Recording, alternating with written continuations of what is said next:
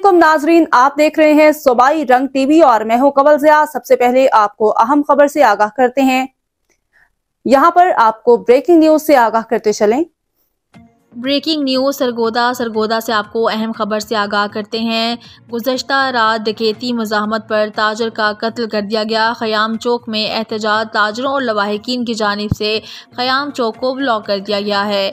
कई घंटे traffic jam, शहरियों को शदीद परेशानी का सामना करना पड़ा। हाजी याकूब नामी ताजर को डाकुओं ने मुज़ाहमत पर कत्ल किया और लाखों रुपए लूट कर फरार हो गए।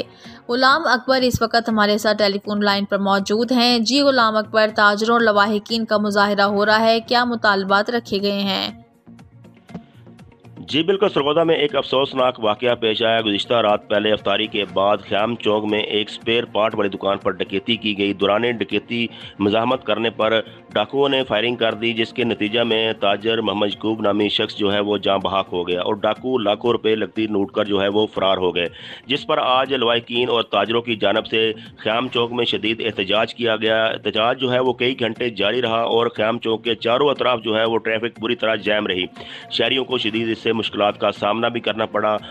इस और ताजरों और लवाहिकीन का एक ही मुतालबा था वज़ीर आला पंजाब से कि डाकुओं की फौरी जो है गिरफ्तारी अमल में लाई जाए, जिस पर सरगोदा पुलिस की भारी नफरी जो है वो ख़याम चौक पर पहुंची, जिसमें SP इन्वेस्टिगेशन फरहान असलम ने जो है वो लवाहिकीन और ताजरों की बात सुनी और उनके जो है मुतालबात मानते हुए जो है उनको यकीन दहानी करवाई कि डाकुओं को जो है वो जल्द अज जल्द जो है वो गिरफ्तार कर लिया जाएगा, जिस पर एहतजाज ख़त्म कर दिया गया। जी